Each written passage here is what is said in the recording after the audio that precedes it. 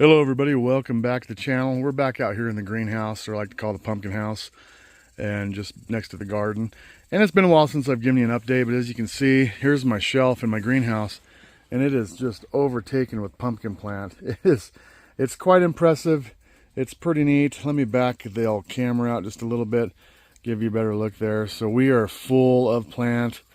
Unfortunately, we have 2 plants in here.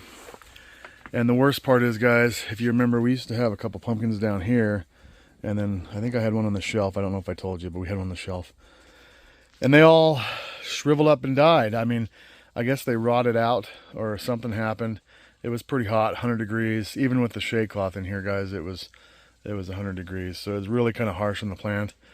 However, we had a couple prospects coming on. I could have pollinated some more here. But I think it's too late in the season. We're getting ready to head into the second week of September pretty soon. I don't think there's enough time to really do anything with the pumpkin. So I'm going to get kind of drastic because, as you can see over here, I have one pumpkin over here. And he's doing pretty good. Give you a better look at it there. That's my best pumpkin. He's about 160 pounds. And I'm going to concentrate on that one pumpkin. And I'm going to get rid of this whole plant. Even though I've just really enjoyed all the foliage. And it's just cool. It's just growing everywhere. This whole thing's just full. We got some leaves back there that are getting really old and bad, and I need to trim them out. And kind of encourage a couple more, maybe, I guess they'd be tertiary vines coming off this plant on this side, maybe. Get a few more leaves in here. Concentrate on the one pumpkin, but that's what we're going to do. We're going to get rid of this whole plant. It's going to kind of make me sad, but it's just something to look at right now, and it's not helping that other pumpkin, and there's no pumpkins on the plant, so it's got to go. Let's go check the garden out real quick, and then I'll come back and show you this after it's all gone. Man, guys, look at that. I just got home from work a little bit ago, and the sun is so bright and hot today that my pumpkins are drooping hard, so I kicked the water on, hopefully to give it a little bit of a reprieve from that hot sun. There is something weird about the sun this year, guys. I tell you what, it's probably about 90, so it's hot enough that these plants should be drooping, but maybe not this bad. But I don't have any shade, so this is what happens. You can see a couple pumpkins out there, guys, and there's one right there. There's a good example. These are the porcelain doll pumpkins, and they're supposed to turn pink. And we got about, I don't know, 11 of them, I think, maybe 12. Good sized ones. 10 pounders or so. I don't know if I'll end up with a 15 pounder, but a bunch of 10 pounder pumpkins. We got one down here that's turning color a little bit.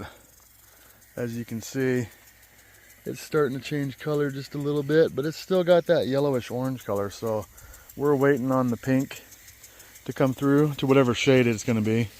Looking down here, guys, potatoes, squashes, or zucchinis. Our lettuce has kind of run its course. Our beets are doing really good. This is my second attempt at beets this year because the bugs got the first batch, and they're doing good. You know, looking at these zucchini plants, they're looking like they're a little droopy from the sun as well today. I might have to get some water over here. My potatoes over here, I believe, are kind of coming to an end. They're kind of been rotting out a little bit, so I think maybe too much water on these, hotter days where I've been trying to keep the foliage of the leaves and stuff of the vegetables cooled off. We've run into a little bit of a heavy water situation over there. My sunflowers, they're about 6.5 feet tall. Not too bad. Carrots are okay. So not much going on, guys. It's just been something interesting, but I'll show you these sunflowers we transplanted, and they did kick up and grow again, and so that was cool. And my corn looks pretty ratty down here. Looks terrible. Anyways, it's been something. It's been a year. Gardening has been frustrating this year, but we're gonna have a few things, but not enough to live off of. So we had to just I'd say we did it for fun, but some of it wasn't fun. This corn, five and a half feet tall, perhaps, to the top. Not very tall.